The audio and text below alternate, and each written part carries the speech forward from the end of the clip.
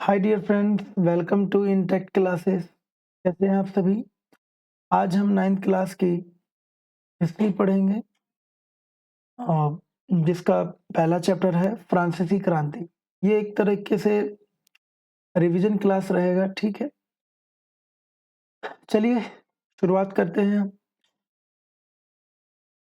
आखिरकार फ्रांस की या फिर फ्रांसीसी क्रांति कैसे शुरुआत हुई, क्या कारण रहे, इसको प्रभावित करने वाले क्या-क्या कारक थे, ठीक है? सबसे पहले तो इसका हम इंट्रोडक्शन जान लेते हैं। 18वीं शताब्दी के उत्तरार्ध में फ्रांसीसी समाज कैसा था उस समय? 1774 में बुर्बो वंश के लुई 16वें राजा फ्रांस के सिंहासन पर आसीन हुए। सिंहासन पर बैठने के बाद उन्होंने निम्नलिखित कारणों से खाली खजाना मिला, क्योंकि इससे पहले क्या हुआ था, जितने भी राजा हुए उन सबने फिजूल खर्चे किए और युद्ध में भागीदार भी बने, जिस वजह से एक इनको वित्तीय संकट का सामना करना पड़ा, जिस वजह से बहुत ज़्यादा इन पर बोझ बढ़ गया, इन पे कर्ज भी बहुत ज़्यादा हो गया। तो इसी खर्चे को, अब भाई खर्चा तो चलाना है, अगर देश में रह रहे हो, उसके राजा हो, तो आपको खर्चा चलाना पड़ेगा। तो लुई 16वें ने राज्य के खर्च को पूरा करने के लिए अधिक कर लगाने की योजना बनाई। अब इन्होंने क्या किया, भाई हमारे जो पुराना राजा महाराजा जो फ्रांस की राजगद्दी पे बैठे थे, उन्होंने तो बहुत धन को लुटाया।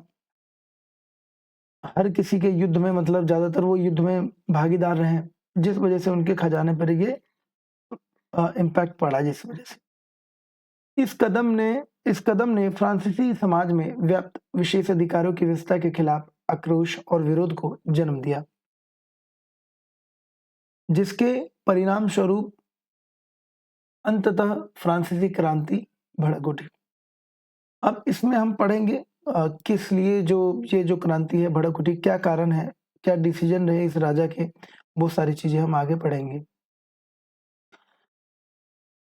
18वीं शताब्दी के उत्तरार्ध में फ्रांसीसी समाज 3 वर्गों में विभाजित था। पादरी वर्ग, जिसको पहला वर्ग बोलते हैं, कुलीन वर्ग जो दूसरा वर्ग है, और आम लोग जो तीसरा वर्ग है, ठीक है? तो ये आप ध्यान रखना। जागीरों का समाज मध्य युग से चली आ रही सामंती व्यवस्था का हिस्सा था। पहले 2 वर्ग अर्थात पादरी वर्ग और कुलीन वर्ग के सदस्यों को जन्म से ही कुछ विशेष अधिकार प्राप्त थे। तो इन दोनों वर्ग, प्रथम और जो दूसरा वर्ग था, उनको ना विशेष अधिकार था जन्म से ही, है ना? भले योग्यता कुछ भी हो, भले 0 हो, लेकिन वो जन्म से उनको एक तरह से विशेष अधिकार था।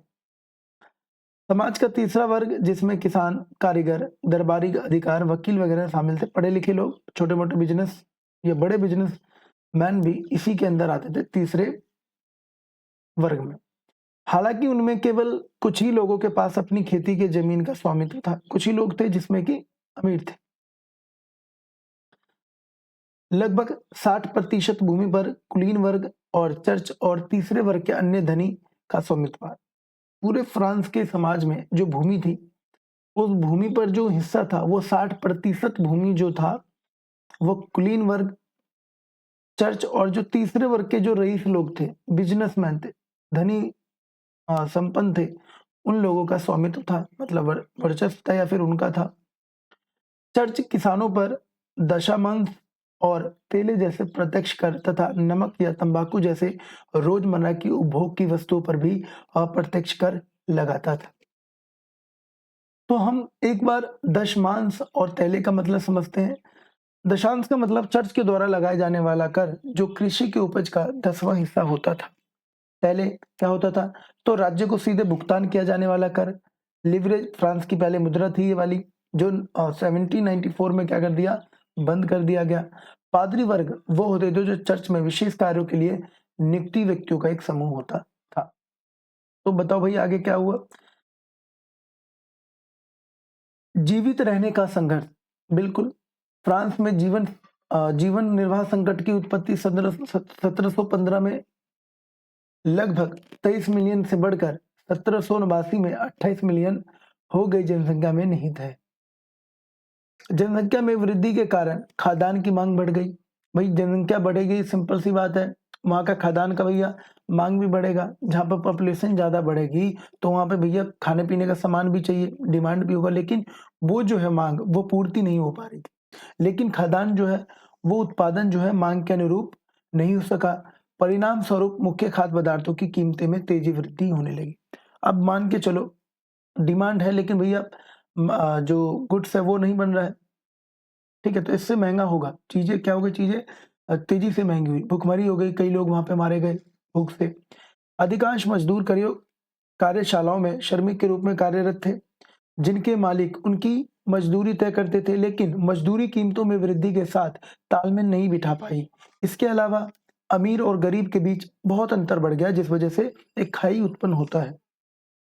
जब भी सूखे या फिर ओलावृष्टि से फसल कम हो जाती थी, तो स्थिति और भी खराब हो जाती थी। भैया फसल भी बहुत ज़्यादा उस समय खराब हो गए थे, जिस वजह से और भी दयनीय स्थिति हो गई थी फ्रांस की, ठीक है? तो इस प्रकार जनसंख्या में वृद्धि, कम मज़दूरी, प्राकृतिक आपदा भी आई, जिस वजह से जो उनका फ्रांस का जो जीवन का निर्वाह संकट था, बहुत ज़्यादा उत्पन्न हो चुका था। तो ये संघर्ष चल रहा था। भैया ऊपर से टैक्स लगा दिया सरकार ने, है ना? तो और आगे बढ़ते हैं।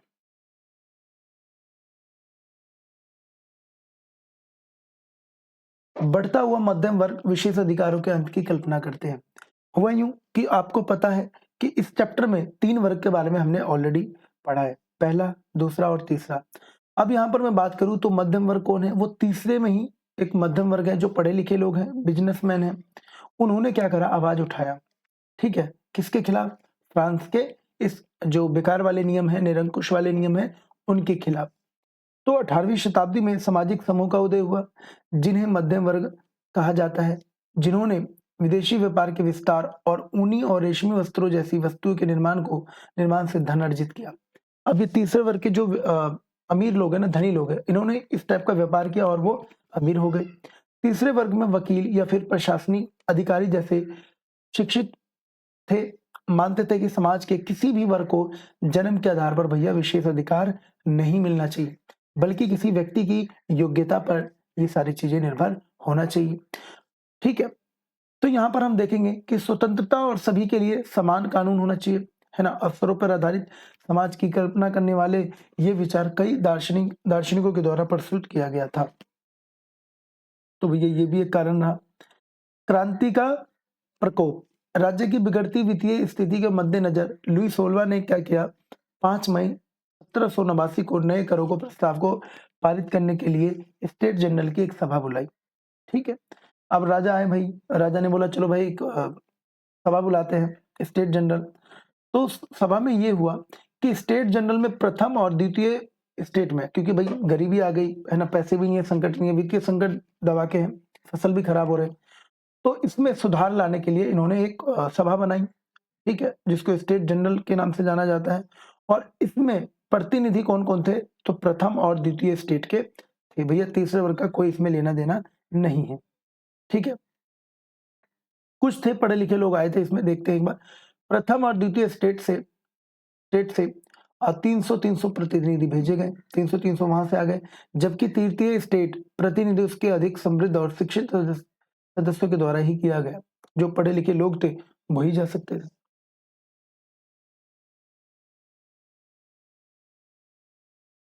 किसान, कारीगर और महिलाओं को सभा में प्रवेश से बिल्कुल अलग रखा, बाहर रखा, भई इनको अलाउ नहीं है। तीसरे वर्ग के सदस्यों ने मांग की मतदान की पूरी सभा द्वारा की जाए। उन्होंने बोला कि भैया ऐसा है, ये तो गलत है। ये काम जो होना चाहिए वो मतदान के द्वारा और सभी सदस्य के वर्ग के द्वारा किया जाना चाहिए, जिसमें प्रत्येक सदस्य को 1 मत दिया जाए, जबकि पहले प्रत्येक वर्ग को 1 मत दिया जाए। हालाँकि राजा ने इस प्रस्ताव को ठुकरा दिया और उसको एक्सेप्ट नहीं किया। 20 जून को मिराबी और अब्बे सिया के नेतृत्व में तीसरे वर्ग के प्रतिनिधियों ने वार्साई के मैदान में इकट्ठा होकर खुद को राष्ट्रीय सभा घोषित कर दिया। तो 2 लोग थे, इन्होंने तीसरे सभा जितने भी तीसरे वर्ग के जो लोग थे उन सबको इकट्ठा किया और वहाँ पर एक नेशनल असेंबली बना दी। उन्होंने शपथ ली कि जब तक वे फ्रांस के लिए एक संविधान तैयार नहीं कर लेते, तब तक वे तितर-बितर नहीं होंगे। लुई 16वें ने अंततः राष्ट्रीय सभा को क्या कर दे दिया, मान्यता दे दी। भैया अप्रूव कर दिया कि मान लो इनकी बातें। इस सिद्धांत को स्वीकार कर लिया गया और अब से उनकी शक्तियों पर एक संविधान के द्वारा नियंत्रण रखा जाएगा। अब से क्या होगा, वहां पर एक संविधान के द्वारा नियंत्रण किया जाएगा। 4 अगस्त 1789 की रात को विधानसभा ने दायित्वों और करों की सामंती व्यवस्था को क्या कर दिया, समाप्त करने का फरमान पारित किया। ठीक है, तो यहाँ पर शांति व्यवस्था भी खत्म कर रहे हैं। ठीक है, आगे फ्रांस संवैधानिक राजतंत्र बन गया। बिल्कुल, फ्रांस 1791 में एक संवैधानिक राजतंत्र बन गया। भैया अब तो नियम आ गया, कानून आ गया, क्योंकि लोगों ने विद्रोह किया ना, जिसने सम्राटों की शक्तियों को विभिन्न संस्थानों में, जैसे मान के चलो पहले भैया निरंकुश अपनी मनमानी करते थे राजा, लेकिन अब भैया क्या हुआ, संविधान के थ्रू सारा काम होगा। और संविधान में 3 संस्था बनाया, विधायिका, कार्यपालिका, न्यायपालिका। इन सभी को अपनी अपनी व्यक्तिगत तौर पे शक्तियां दे दी गई। राष्ट्रीय सभा का चुनाव अप्रत्यक्ष रूप से होता था। नागरिक निर्वाचकों के एक समूह के लिए मतदान करते थे, जो बदले में सभा का चुनाव करते थे। अब देखते हैं मतदान का अधिकार। सभी नागरिकों को मतदान का अधिकार अभी भी नहीं था। भैया ऐसा नहीं है कि कुछ बढ़िया सा हो गया, संविधान आ गया, न्यायपालिका, कार्यपालिका, लेकिन अभी भी बहुत सारी कमियां हैं, जैसे कि मतदान का अधिकार नहीं था। केवल 25 वर्ष से अधिक आयु के पुरुष जो कम से कम 3 दिनों के मजदूरी के बराबर कर चुकाते थे, उन्हें ही सक्रिय नागरिकों का दर्जा दिया गया। ठीक है, सक्रिय नागरिक नहीं बोला गया, अर्थात उन्हें मतदान का अधिकार प्राप्त था। लेकिन अगर इसके अलावा ये सारी उसके अंदर क्वालिटी नहीं है, योग्यता नहीं है, तो भैया वो एक निष्क्रिय नागरिक में आएगा। देखते हैं, शेष पुरुषों और सभी महिलाओं को निष्क्रिय नागरिक के रूप में वर्गीकृत किया गया था। संविधान की शुरुआत मानव नागरिक अधिकारों की घोषणा से हुई और जीवन का अधिकार, बोलने की स्वतंत्रता, अभिव्यक्ति की स्वतंत्रता, कानून के समक्ष समानता जैसे अधिकारों को प्राकृतिक और अविभाज्य अधिकारों के रूप में स्थापित किया। धीरे धीरे लोगों को अधिकार मिलने लगे। उसके बाद संवैधानिक राजतंत्र, ये राजतंत्र मतलब ये है क्या, इसका मतलब बता रहे, ये राजतंत्र का ऐसा रूप है जिसमें संप्रभु लिखित या फिर अलिखित संविधान के अनुसार एक सत्ता चलती है। बस इतना याद रख लेना। फ्रांस ने राजशाही का उन्मूलन किया और गणतंत्र बनाया। फाइनली भैया जो राजशाही था वो खत्म हुआ और उसके बाद धीरे धीरे जो फ्रांस थी वो क्या किस में कन्वर्ट हो गया, गणतंत्र में कन्वर्ट हो गया। संविधान लागू होने के कारण कमजोर हो चुकी अपनी शक्तियों को बहाल करने के लिए प्रयास में लुई 11वां ने प्रशिया के राजा के साथ गुप्त वार्ता शुरू की। ठीक है, हालांकि बातचीत शुरू होने से पहले ही अप्रैल 1792 में नेशनल असेंबली ने प्रशिया और ऑस्ट्रिया के खिलाफ युद्ध की घोषणा करने के लिए मतदान किया। अब देखो क्या होगा आगे। लोग स्वेच्छा से युद्ध में शामिल हुए। बिल्कुल भाई, अपने देश के लिए तो शामिल होना बनता है। उन्होंने इसे पूरे यूरोप के राजा और अभिजात वर्ग के खिलाफ जनता का युद्ध माना। उनके द्वारा गाए गए देशभक्ति गीतों में कवि रोजेट डी एल्सले द्वारा रचित मार्सिलेज भी शामिल था। ठीक है, तो ये पॉइंट भी याद रख लेना, आ जाता है कभी कभी एमसीक्यू में। क्रांतिकारी युद्ध के कारण लोगों को नुकसान और आर्थिक कठिनाइयों का सामना करना। बिल्कुल भाई, युद्ध होगा तो बहुत सारे नुकसान भी झेलने पड़ेंगे। जैकोबिन्स और जैसे राजनीतिक संगठन उन लोगों के लिए एक महत्वपूर्ण केंद्र बन गए जो सरकारी नीतियों पर चर्चा करना चाहते थे और अपनी कार्रवाइयों की योजना बनाना चाहते थे। जैकोबिन ने ट्यूरिलीज महल पर धावा बोल दिया, राजा के अंगरक्षकों का नरसंहार किया, राजा को कई घंटों तक बंधक बनाकर रखा। बाद में विधानसभा ने शाही परिवार को करने के लिए मतदान किया। चुनाव हुए। अब तक के 21 वर्ष या उससे अधिक आयु के सभी पुरुषों को, चाहे उनकी आर्थिक कैसी भी हो स्थिति, चाहे कैसी भी हो, मतदान करने का अधिकार प्राप्त हो गया। तो फाइनली यहाँ पर अब ये भी मतदान देने का भी अधिकार यहाँ पर फाइनली मिल गया, जो पहले 25 वर्ष था। नवनिर्मित सभा को सम्मेलन कहा गया। ठीक है ना। तो फाइनली 21 सितंबर 1792 को इसने राजशाही को समाप्त किया और फ्रांस को एक गणतंत्र घोषित किया गया। तो ये आप पॉइंट आप याद रख लेना, 21 सितंबर को। ठीक है, 21 जनवरी 1793 को लुई 16वें को राजद्रोह के आरोप में प्लेस डे ला कॉनकॉर्ड में सार्वजनिक रूप से फांसी दे दी गई। ठीक है, तो मार्सिलेज क्या होता है, प्रशिया के युद्ध रशिया के विरुद्ध युद्ध के दौरान लोगों के द्वारा गाए जाने वाला एक देशभक्ति गीत था। इसकी रचना कवि रॉजर डी एल्सले ने की थी। यह अब फ्रांस का राष्ट्रगान है। ठीक है, याद रखिए ना। जैकोबिन क्लब क्या था? एक फ्रांस में एक राजनीतिक क्लब था जिसकी शुरुआत फ्रांसीसी क्रांति के दौरान हुई थी। जैकोबिन क्लब के सदस्य मुख्य रूप से समाज के कम समृद्ध वर्गों से थे। इनमें छोटे दुकानदार, कारीगर जैसे मोची फैक्ट्री, पेस्ट्री बनाने वाले, घड़ी साज, प्रिंटर, ये सारे छोटे मोटे दिहाड़ी मजदूर शामिल थे। इनके नेता मैक्सिमिलियन रोबेस्पियर थे। जैकोबिन क्लब के सदस्य को सेन क्लोट्स के नाम से जाना जाता। ठीक है, तो इनके नेता जो थे वो आप ये सब याद रख लेना। ठीक है जी, ठीक है। आतंक का शासन। रोबेस्पियर की सरकार 1793 से 1794 तक कार्यकाल आतंक के शासनकाल के रूप में जाना जाता है। ठीक है, तो आतंकी शासनकाल टॉपिक है। तो इसमें हम देखेंगे क्या हुआ। धीरे धीरे देखो राजा बदलते चले गए, सुधार होता गया, लेकिन फिर भी कमियां थी। अब कौन आए भाई राजा के तौर पर? रोबेस्पियर की सरकार आई। 1793 से 1794 तक कार्यकाल को आतंक के एक तरह से आतंक का कार्यकाल माना जाता है। रोबेस्पियर ने कठोर नियंत्रण और दंड की नीति अपनाई। ठीक है, उसने पूर्व कुलीन वर्ग के सदस्य, पादरी, अन्य राजनीतिक दलों के सदस्य, यहाँ तक कि अपनी ही पार्टी के उन सदस्यों को भी मौत के घाट उतार दिया जो उसके तौर तरीके से सहमत नहीं था। वो भैया किसी को नहीं छोड़ता था। उनके जो खुद के नेता थे वो भी उससे क्या थे? डरते थे। तो एक तरह से हमने देखा ये भी मनमानी करने लग गए भैया। ठीक है, उनकी सरकार ने मजदूरी और कीमतों पर अधिकतम मजदूरी और कीमतों पर अधिकतम सीमा निर्धारित करने वाले कानून जारी किए। भैया कितना टैक्स देना है, कितना क्या करना है, कितना इनकम किसी को कितनी देनी है, ये सब तय हो चुका था। भाषा और संबोधन के तरीके के माध्यम से भी समानता के व्यवहार में लाने का प्रयास किया गया। पारंपरिक मोंसियर महोदय और मैडम महोदय के स्थान पर अब से सभी फ्रांसीसी पुरुषों और महिलाओं को सिटिजन नागरिक कहा जाने लगा। रोबेस्पियर ने अपनी नीतियों को इतना निर्दयता से आगे बढ़ाया कि उनके समर्थक भी नरमी बरतने की मांग करने लगे। उनके समर्थक बोले भैया बहुत हो गया, पावर मिल गया तो ज्यादा उछलो मत, अब हमें डर लग रहा है आपसे, तो आप ऐसा है कि अच्छे बिहेव में रहो, पोलाइट रहो। तो बाद में क्या हुआ? जुलाई 1794 में एक अदालत ने उन्हें दोषी ठहराया और गिरफ्तार किया और अगले ही दिन इनको गिलोटिन से मौत की सजा दे दी गई। ठीक है, गिलोटिन वही जो एकदम ऊपर से एकदम गर्दनी अलग कर देता है, सर एकदम अलग। गिलोटिन एक ऐसा उपकरण है जिसमें 2 डंडे और एक ब्लेड होता है। वही ब्लेड एकदम से उसको छोड़ते हैं और नीचे एकदम सर अलग, जिससे किसी व्यक्ति का सिर धड़ से अलग किया जाता है। इसका नाम इसके आविष्कार डॉक्टर गिलोटिन के नाम पर ही रखा गया है। ठीक है,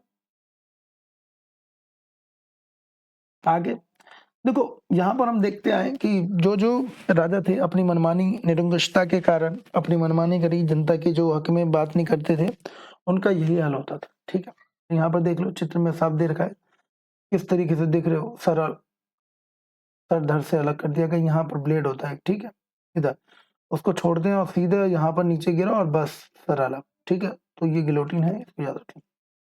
अब हम देखते हैं क्रांति में महिलाओं का क्या योगदान था। ठीक है, महिलाओं ने भी काफी योगदान दिया था। तो देखते हैं फ्रांसीसी समाज में इतने महत्वपूर्ण बदलाव लाने वाली घटनाओं में महिलाओं ने सक्रिय रूप से भाग लिया। हालांकि महिलाओं को पुरुषों के समान राजनीतिक अधिकार से वंचित रखा गया। भाई फिर भी उस समय महिला काफी वंचित थी, उनको राजनीतिक अधिकार नहीं मिले थे। 1791 के संविधान ने उन्हें निष्क्रिय नागरिक बना दिया गया। उन्होंने मतदान करने, विधानसभा के लिए नव निर्वाचित होने और राजनीतिक पद धारण करने के अधिकार की मांग की। उन्होंने भैया ऐसा बोला कि भाई हो गया, सरकार बन गया, सब कुछ बढ़िया चल रहा है, अब ऐसा है कि हमें भी पहले तो मतदान वोट डालने का अधिकार दो और फिर उसके बाद हमें राजनीतिक में भागीदार बनाओ। तो इनकी मांग भी महिलाओं की चलने लगी। अपनी रुचियों पर चर्चा करने और उन्हें व्यक्त करने के लिए महिलाओं ने अपने स्वयं के राजनीतिक क्लब शुरू किए। धीरे धीरे महिलाओं ने भी अपने क्लब बनाने, संस्था बनाने स्टार्ट कर दिए। उदाहरण के लिए क्रांतिकारी और रिपब्लिक महिला समाज उनमें सबसे प्रसिद्ध था। तो ये भी एक संगठन था जो महिलाओं के हित में बात करते थे। प्रारंभिक वर्षों में रोबेस्पियर के नेतृत्व वाली क्रांतिकारी सरकार ने ऐसे कानून लागू किए जिनसे महिलाओं के जीवन स्तर में सुधार लाने में मदद मिली। उदाहरण के लिए सरकारी स्कूलों की स्थापना के साथ साथ सभी लड़कियों के लिए स्कूली शिक्षा अनिवार्य कर दी गई। विवाह को एक ऐसा अनुबंध बना दिया गया जो स्वेच्छा से किया जाता था और नागरिक कानून के तहत पंजीकृत होता था। तलाक को कानूनी बना दिया गया और महिलाएं और पुरुष दोनों उसके लिए आवेदन कर सकते थे। हालांकि आतंक के शासनकाल के दौरान, वही रोबेस्पियर के टाइम में, सरकार ने ऐसे कानून जारी किए जिनमें महिला क्लबों को बंद करने और उनकी राजनीतिक गतिविधियों पर प्रतिबंध लगाने का आदेश दिया गया था। अगले 200 वर्षों तक विश्व के कई देशों में मतदान के अधिकार और समान वेतन के लिए महिलाओं के आंदोलन जारी रहे।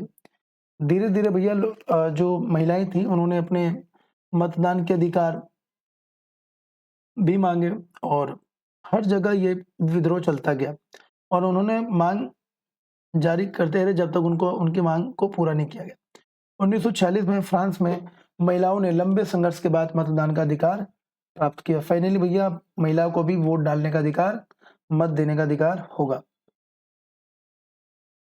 1791 में उन्होंने महिला एवं नागरिक अधिकारों की घोषणा लिखी, जिसमें उन्होंने रानी और राष्ट्रीय सभा के सदस्यों को संबोधित करते हुए महिलाओं के लिए समान अधिकारों को भी मांग करी। भैया जो पुरुषों को अधिकार मिलेगा वो एक महिला को भी मिलना चाहिए। 1793 में ओलंपे डी गैजेस ने जैकोबिन सरकार के द्वारा जबरन महिला क्लबों को बंद कराने की आलोचना की। उन पर राष्ट्रीय सम्मेलन के द्वारा राजद्रोह का मुकदमा चलाया गया। इसके तुरंत बाद उन्हें फांसी भी दे दी गई। अब देखते हैं दास प्रथा का उन्मूलन कैसे हुआ। कैरिबियाई क्षेत्र में स्थित फ्रांसीसी उपनिवेश मार्टिनिक, ग्वाडेलूप, सैन डोमिंगो तंबाकू, नील, चीनी और कॉफी जैसी वस्तुओं के महत्वपूर्ण आपूर्तिकर्ता थे।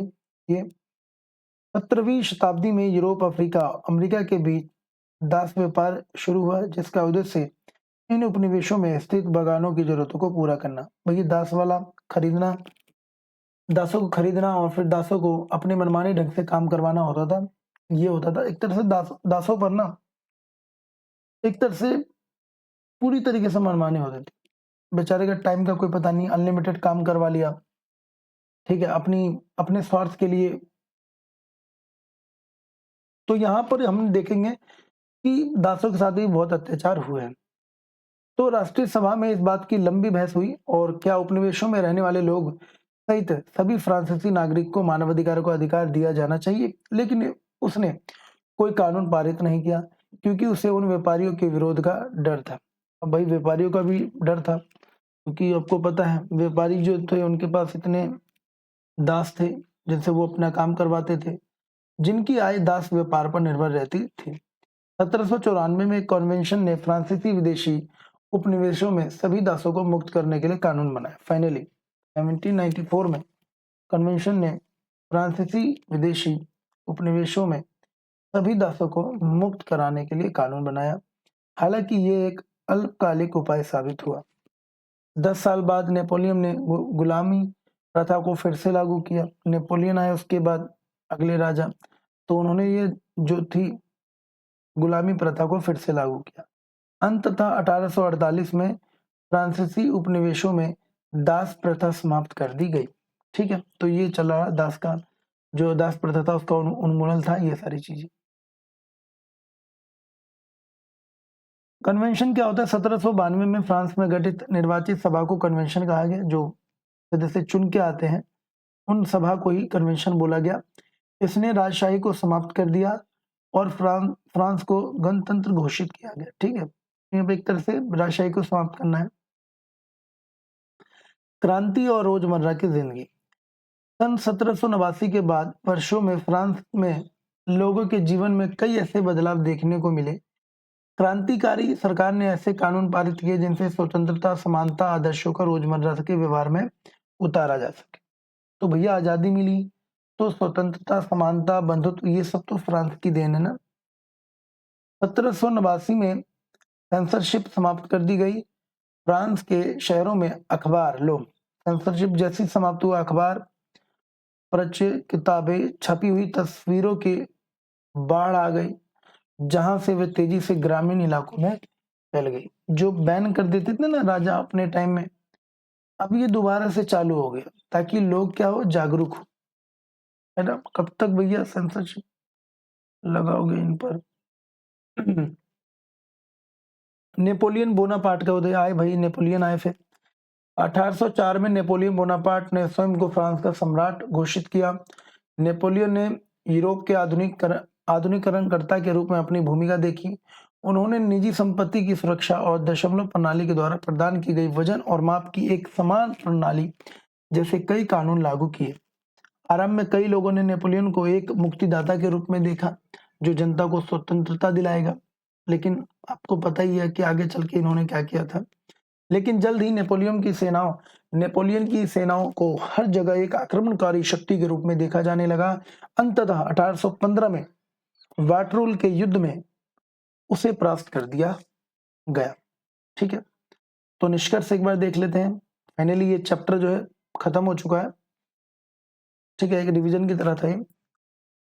निष्कर्ष में क्या है, स्वतंत्रता और लोकतांत्रिक अधिकारों के विचार फ्रांसीसी क्रांति की सबसे महत्वपूर्ण विरासत थी। तो याद रख लेना भैया, हमारे भारत में आपको पता है स्वतंत्रता, लोकतांत्रिक जितने भी अधिकार थे जैसे समानता, स्वतंत्रता, बंधुत्व, ये विचार हमने इन्हीं से लिए हैं।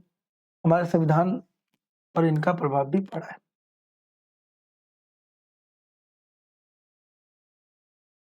ये विचार 19वीं शताब्दी के दौरान फ्रांस से यूरोप के बाकी हिस्सों में फैल गया। धीरे धीरे भैया फ्रांस से ना बाकी हिस्सों, यूरोप लो, अमेरिका, हर जगह एकदम लोग काफी इस विचारधारा से प्रभावित हुए। जहां सामंती व्यवस्था को समाप्त कर दिया गया, उपनिवेशित लोगों ने गुलामी से मुक्ति के विचारों को अपने आंदोलन में पुनर्भाषित करके एक संप्रभु राष्ट्र राज्य बनाने का निर्माण किया। टीपू सुल्तान और राजा मोहन रॉय ऐसे उदाहरण थे जिन्होंने क्रांतिकारी फ्रांस से आ रहे विचारों पर प्रतिक्रिया व्यक्त की। कुछ महत्वपूर्ण तिथियां देख लेते हैं। 1774 लुई 16वें फ्रांस के राजा बने। उन्हें खाली खजाना और पुराने शासन के समाज में बढ़ते असंतोष के सामना करना पड़ा, इस वजह से इन्होंने भी टैक्स लगाया। 1789 स्टेट जनरल का अधिवेशन, तीसरे स्टेट ने राष्ट्रीय सभा का गठन किया, नेशनल असेंबली का गठन किया। बेस्टिल पर, जो बेस्टिल का किला था, उस पर हमला भी हुआ था, डेट याद रख लेना। ग्रामीण इलाकों में किसानों ने विद्रोह किया। 1791 में क्या हुआ, राजा की शक्तियों को सीमित करने, सभी मनुष्यों को मौलिक अधिकार की गारंटी देने के लिए एक संविधान भी बनाया गया। तो धीरे धीरे भैया फ्रांस जो है वो मुक्त हो रहा है निरंकुश राजाओं से। तो भैया हम अधिकार तो पाएंगे ना, अधिकार तो चाहिए जीवन जीने के लिए। 1792-93 फ्रांस एक गणतंत्र बन गया। तो ये डेट आप नोट कर लेना। राजा का सिर जो है वो कलम कर दिया गया, मतलब सिर जो है धड़ से अलग कर दिया गया। जैकोबिन गणतंत्र का पतन हुआ और एक डायरेक्टरी ने फ्रांस पर शासन किया। ठीक है, वो भी खत्म, जैकोबिन वाला सिस्टम भी यहाँ पर खत्म हो चुका है। 1804 में आई भैया कौन, नेपोलियन फ्रांस का सम्राट बना। उसने यूरोप के बड़े हिस्से पर कब्जा कर लिया था, अपने समय में बहुत ही बड़ा योद्धा था। 1815 में वाटरूल में युद्ध में नेपोलियन को हार का सामना करना पड़ा। ठीक है, तो आज के लिए इतना ही। धन्यवाद आप लोगों का।